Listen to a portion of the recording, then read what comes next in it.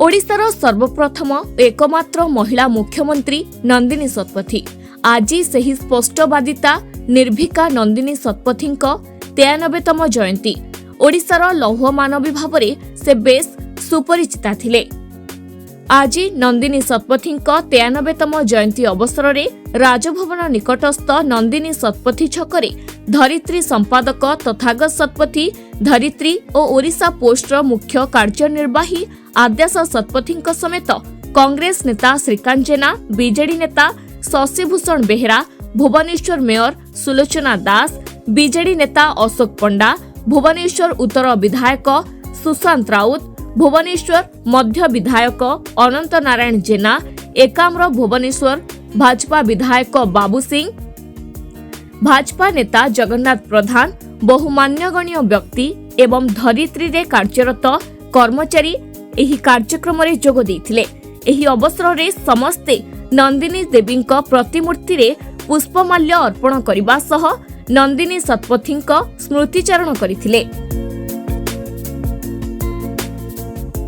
नंदिनी शतपथी आज जन्म जयंती अवसर रे भुवनेश्वर रे तंक प्रतिकृति पाखरे विशिष्ट विशिष्ट व्यक्ति माने जो माने निर्भीकता एवं साहसिकता स्पष्टवादिता को सम्मान करती नंदिनी शतपथी का जन्म जयंती रे निश्चित भाव में से स्वतः प्रभावित होकर आसछंती। आज तांको श्रद्धांजलि जनैला बेले मोर अनेक स्मृति मन पड़े। 1972 मसीहार उपनिर्वाचन मु कटक शहर रे देखी जेतबेले से उपनिर्वाचन सारा भारत वर्ष रे चर्चित नथला, पृथ्वी रे मध्य से आलोचना थिला एवं से उपनिर्वाचन बीबीसी तकु गणमाध्यम रे अत्यंत ये भाव रे प्रभावी ढंग रे प्रचार करितेला। सेथिरे से सफल नेत्री हेतिले। ओडिशा रे साम्यवादी चिंता रे साम्यवादी परिवार रे तांकर विशेष भाव रे तांका कका जे भगवती पाणिग्राही तांका द्वारा से अनुप्राणित होते। रेवेन्सा महाविद्यालय नेतृत्व तांकर एवं सारा जीवन से जो भली भाव रे ओडिशार महिला मान सशक्तिकरण क्षेत्र नुह साम्यवाद की प्रतिष्ठा तांकर जो मानसिकता को प्रतिष्ठा करिवारे मुख्यमंत्री भाव रे से निजर स्वकीय परिचय रखिचंती। मोर सौभाग्य तांक पैतृक जन्मस्थान विश्वनाथपुर मोर विधानसभा क्षेत्र थिला। दुई थर से विधानसभा सहित व्यक्तिगत भाव में मध्य परिचिति थिला। आजिर दिन रे आजिर राजनीति रे तांकर राजनीति बहुत प्रासंगिक, सी लोकंक राजनीति करुतेले। महिला सशक्तिकरण मूर्तिमंत प्रतीक ओडिशार पूर्वतन मुख्यमंत्री आउ एकमात्र महिला मुख्यमंत्री स्वर्गत नंदिनी शतपथी आज हूँ जन्म जयंती। ए अवसर रे तांको प्रति गभीर श्रद्धांजलि ज्ञापन करने सहित तांकर पूर्णांग जो रही से पुष्पमाल्य अर्पण कर निजक गौरवान्वित मन करुँ। सी जो भली भाव में आयरन लेडी भाव में समग्र देश रे परिचित थिले इंदिरा गांधी परे। ता छड़ा तांकर जो भली भाव में पॉलिसी डिसीजन से नहीं पारुथिले, जो भली भाव में से राजनीति रे गोटी चालना करथिले, जो भली भाव में तांकर से डिटरमिन थिले, डेडिकेटेड है कि काम करथिले लोक मानक पई। से सब बेले आम समस्त पई अनुकरण हेई रहिबे। तांकर जो से केवल जने भल राजनेता नथिले, जने सुलेखिका थिले, ओडिशा साहित्य एकाडेमी रो पूर्वतन अध्यक्ष मध्य थिले।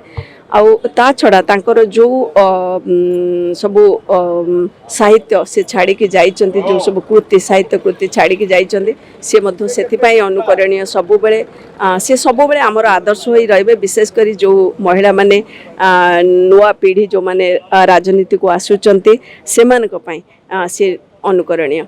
ओडिशार प्रथम महिला मुख्यमंत्री एवं अग्निकन्या साहित्यिका पूर्वतन केंद्र मंत्री एवं ओडिशार अन्यमान मध्य महिला सशक्तिकरण क्षेत्र में भूमिका छाड़ी स्वर्गत श्रीमती नंदिनी शतपथी जयंती अवसर में मुझे स्मृति प्रति मोर श्रद्धांजलि जनाऊँगी। ओडिशा को विकास पथरे आगे नवा दिगरे तांकर बहुत अवदान रही अन्य बरपुत्रों भली एवं विशेष करी प्रथम थर पाई जे महिला मानू समाजर सब क्षेत्र में सामिल हबारे एवं प्रमुख भूमिका नबारे तांकर थिला भूमिका एवं पूर्वतन सूचना प्रसारण मंत्री हिसाब से से मध्य अनेक अवदान तांकर रही। आज तांकर जयंती अवसर में मु तांकर मो निजर व्यक्तिगत भाव संसद जिला मो दूरदर्शन थिला बेले एवं अनेक थर भी परामर्श दे जड़े किभली भाव गणमाध्यम दायित्व निर्वाह करने मोर मन अच्छी एवं मु आज तांकर जो नीति आदर्श ओडिशा युवपीढ़ी केवल में समग्र ओडिशावासी सहित अनुप्राणित होगापी मुझे आशा रखुच्छी। जड़े पूर्वतन अग्निवर्षी नेत्री ओडिशार लौह मानवी एभली एक नेत्री एभली एक महिला मुख्यमंत्री तांको भली महिला आउ पुणी थरे जन्म हेबे ना नहीं से कथा मु जाने नहीं किंतु आज तांकर 93तम पवित्र जयंती उद्देश्य रे एभली एक व्यक्तित्व एभली एक महान आत्मा का प्रति मु मोर गभीर श्रद्धांजलि जनाऊँगी। प्रभु जगन्नाथ तांको तांकरी पाखे रखि थांतु एभली एक व्यक्तित्व पई खाली ओडिशा नुह भारत मध्य गर्वित। तेणु आज पवित्र दिवस रे आमे आम परिवार तरफ भुवनेश्वर तरफ तांको गभीर श्रद्धांजलि जनाऊँ। तांकर काम करिवा शैली एवं निष्पत्ति नेबार जो दृढ़ता मु कम लोक निकट देखी। ओडिशा रे विशेषकर गरीब गुरुबा लोकंकर समस्या को समाधान करिबारे प्रोग्रेसिव आइडिया को इम्प्लीमेंट करिबारे एवं लैंड रिफॉर्म से सबुठु बेसी प्राधान्य देइथिले जे गरीब गुरुबा लोक से उपकृत हो पारे ताकू से करिथिले बहु बाधा विघ्न सत्य भी ताकू से इम्प्लीमेंट कराइथिले। मु भावुची अनेक कथा तांकर कार्य जो करिथिले जो कार्य सब करिथिले से विषय समीक्षा होगा उचित एवं आगामी पीढ़ी पिला माने जो माने राजनीति के आसुछन्ति से अनेक कथा तांकर कामरु शिखिबा उचित।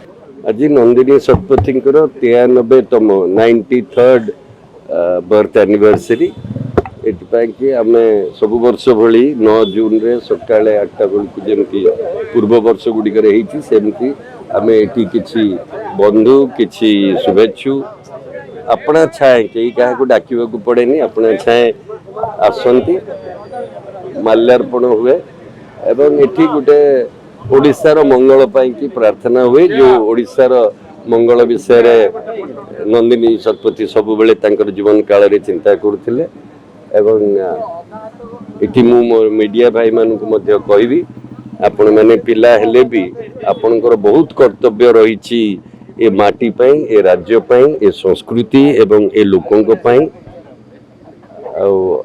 से कार्य को दक्षतार सहित केमती समस्ते करिबा विशेष करी मीडिया केमती करिबो सेतिपाई कि आमको समस्त को सजग रहा पड़ो एवं सचेतन रहा पड़ो।